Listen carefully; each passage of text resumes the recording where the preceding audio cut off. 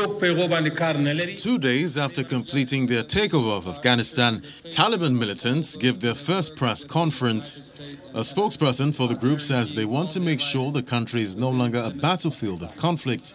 They've also declared amnesty across the country, promising not to harass ethnic groups and urging women to join the government. We are assuring the safety of all those who have worked with the United States and allied forces, whether as interpreters or any other field that they have worked with them.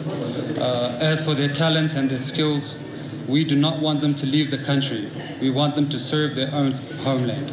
As for the contractor that was perhaps, he's gone missing, as reported by the media, we do not have any information about him at the moment. Women will be afforded all their rights, whether it is in work or other activities, because women are a key part of society. And we are guaranteeing all their rights within the limits of Islam.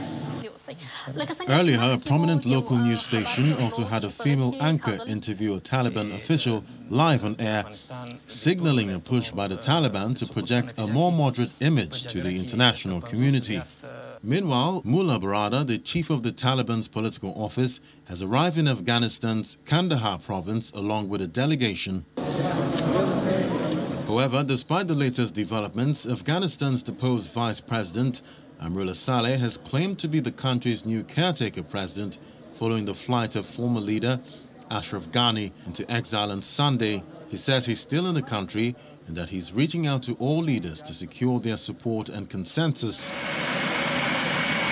Meanwhile, military flights evacuating international diplomats and civilians from Afghanistan have restarted after the runway at Kabul airport was cleared of thousands desperate to flee on Monday.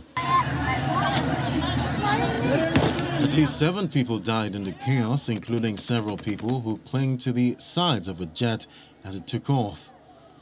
As evacuation flights resume, foreign powers are also assessing how to respond to the new rulers in Kabul and also how to deal with refugees trying to flee the country. In the last 2 decades, there have been no terrorist attack on Allied soil organized from Afghanistan.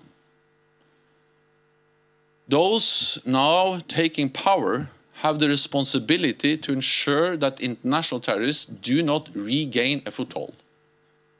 Allies have the capabilities and the vigilance to address future terrorist threats from Afghanistan.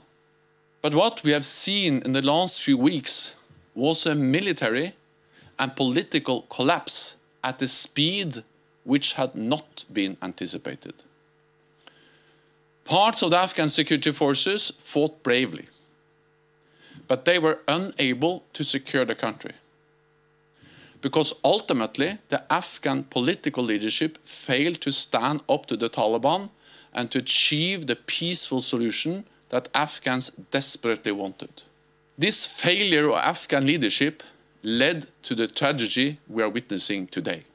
U.S. forces are due to complete their withdrawal by the end of this month under the deal with the Taliban that hinged on their promise not to let Afghanistan be used for international terrorism. Several countries, including Britain, have voiced concern that the vacuum left by the West's withdrawal will allow militants from Al-Qaeda and Islamic State to gain a foothold in Afghanistan, just 20 years after the September 11, 2001 attacks on the United States.